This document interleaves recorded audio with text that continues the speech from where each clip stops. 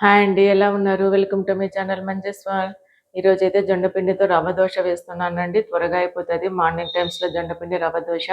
మనం ఆల్రెడీ జొన్న పిండి పొంగనాలు వేసుకున్నాం కదా, అలాగే జొన్న పిండి రవ్వ దోశ అండి. ఎంతో టేస్ట్ ఉంటుందండి. త్వరగా కూడా చేసుకోవచ్చు. హెల్త్ కూడా ఎంతో మంచిదండి. ఇప్పుడైతే మనం కుకింగ్లోకి వెళ్ళిపోదాము. మనము జొన్న పిండి రవ్వ దోశకి ముందుగా ఒక కప్పు బీట్రూట్ తీసుకుంటున్నానండి. బీట్రూట్ హెల్త్కి ఎంతో మంచిది కదా. పిల్లలకి ఇలా కూడా చేసి పెట్టచ్చు. మార్నింగ్ టైమ్స్లో ఇన్స్టెంట్గా త్వరగా చేసి ఇవ్వచ్చండి. ఇన్స్టెంట్ జొన్న పిండి రవ్వ దోశ. అలాగే ఇప్పుడు కొద్దిగా ఉల్లిపాయలు వేసేసుకోవాలి. సన్న ముక్కలుగా తరిగేసుకోవాలండి. అలాగే కొద్దిగా ఒక 2 నుంచి 3 పచ్చిమిర్చి, అలాగే కొద్దిగా కొత్తిమీర వేసుకోవాలండి. అలాగే కొద్దిగా కరివేపాకు సన్నగా ముక్కలు కట్ చేసి వేసేసుకోవాలి. నెక్స్ట్ వచ్చేసి మనము 1 కప్పు జొన్న పిండి తీసుకుంటున్నానండి.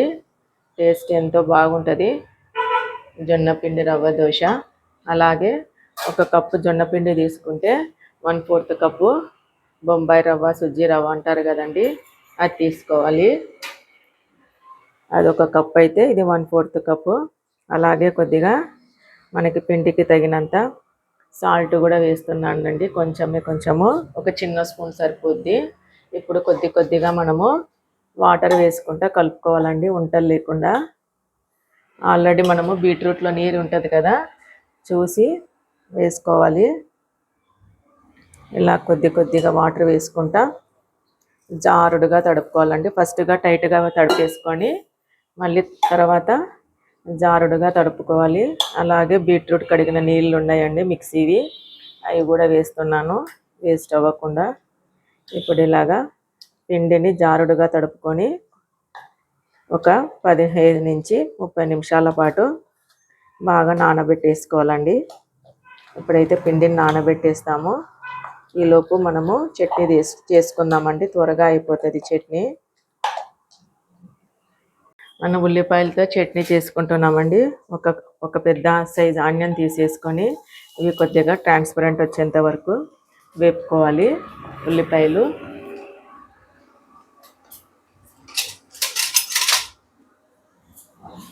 ఆయిల్ వేసేసుకొని ఈ చట్నీ కూడా త్వరగా అయిపోతుందండి. మార్నింగ్ టైమ్స్లో కొద్దిగా కలర్ మారేంత వరకు ఉల్లిపాయలు వేపుకుందాము. ఉల్లిపాయలు ఇప్పుడు ట్రాన్స్పరెంట్ కలర్కి వచ్చేసినాయండి. ఒక 5-6 ఎండుమిర్చి వేసుకోవాలి. అలాగే కొద్దిగా చింతపండు వేస్తున్నాను. కొంచెం తగ్గిస్తాను, పులుపు ఎక్కువ అవుతుంది. కొద్దిగా చింతపండు వేస్తున్నానండి. కొంచెం వేసుకోవాలి, మళ్ళీ ఎక్కువ వేస్తే పులుపు అవుతుంది. కొద్దిగా ఇలాగ బాగా కలిపేసేసుకొని కొంచెం 2 టేబుల్ స్పూన్ల పుట్నాల పప్పులు వేసుకోవాలండి. పప్పులు అంటాం మా సైడు, కొందరు పుట్నాల పప్పులు అంటారు. ఇది వచ్చేసి 2 స్పూన్లు వేసుకోవాలి. ఆనియన్స్ ఎక్కువ, మనకి పుట్నాల పప్పులు తక్కువ అండి. 2 to 3 టేబుల్ స్పూన్స్ వరకు వేసుకొని ఇవి కూడా జస్ట్ అలాగా ఎక్కువగా వేగకుండా కొంచెం డ్రై రోస్ట్గా కొంచెం కలర్ మారితే పుట్నాల పప్పులు అయిపోతుందండి. కొద్దిగా సాల్ట్ వేసుకొని మనము మిక్సీ కొట్టేసుకోవడం అండి. ఈ పుట్నాల పప్పులు త్వరగా ఎగిపోయినాయండి, అప్పుడే కలర్ మారిపోయినాయి.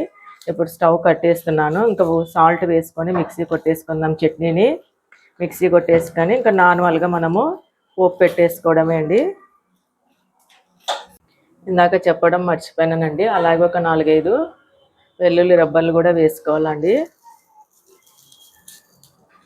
వేగాల్సిన అవసరం లేదు, జస్ట్ అలాగా మనకి వేడి పట్టుకుంటే చాలు. ఇప్పుడు మిక్సీ కొట్టేస్తాము. ఇప్పుడైతే పిండి మనకి బాగా నానిపోయిందండి. ఇంకొంచెం వాటర్ వేసుకుందాము. కొద్దిగా జారుడుగా ఉండాలి, మరి జారుడుగా వద్దు, టైట్గా వద్దు. మనకి రవ్వ దోశ ఎలా పోసుకుంటాము అలాగా ఈ థిక్నెస్ సరిపోతుంది. కావాలంటే చూసి వేసుకోవచ్చు. ఫస్ట్ ఒక దోశ మనకి మందం వచ్చిన సెకండ్ దోశకి వాటర్ కావాలంటే చూసి వేసుకోవచ్చు. ఇప్పుడు నేను చూపించేది అయితే కరెక్ట్గా ఉంటుంది. ఇప్పుడు మనము పెన్నం పెట్టేసుకొని దోశ వేసుకుందాము.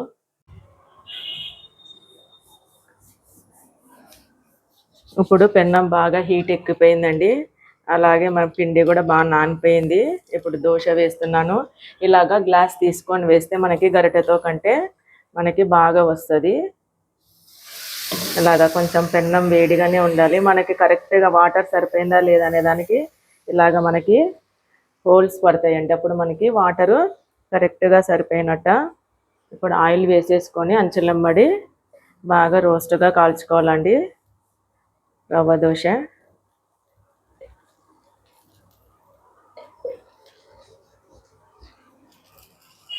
చట్నీ అయితే ఇలాగా మెత్తగా మిక్సీ కొట్టేసుకొని పోపు కూడా వేసేసుకున్నానండి. దోశ కాలేలోపు చట్నీ కూడా రెడీ అయిపోతుంది, మనకి అయిపోయింది.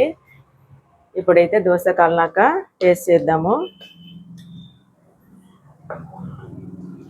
మనకి దోశ అయితే బాగా కాలిపోయిందండి. ఇలాగా వన్ సైడే కాల్చుకుంటే చాలు, రెండో సైడ్ అవసరం లేదు. మనకి హోల్స్ ఉన్న మూలాన రెండు పక్కల చక్కగా కాలిపోయింది.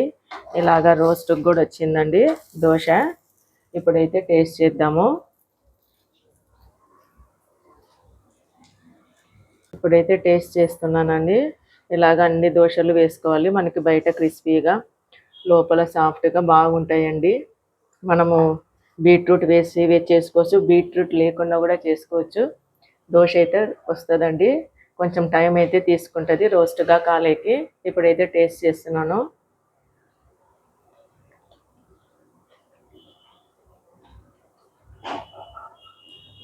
దోశ అయితే ఎంతో టేస్ట్గా ఉందండి. మార్నింగ్ టైమ్స్లో అందరూ ప్రతి ఒక్కరు తప్పకుండా ట్రై చేయొచ్చండి. త్వరగా కూడా చేసుకోవచ్చు. పిండి నానబెట్టేసుకుంటే అయిపోతుంది, త్వరగా చేసుకోవచ్చండి.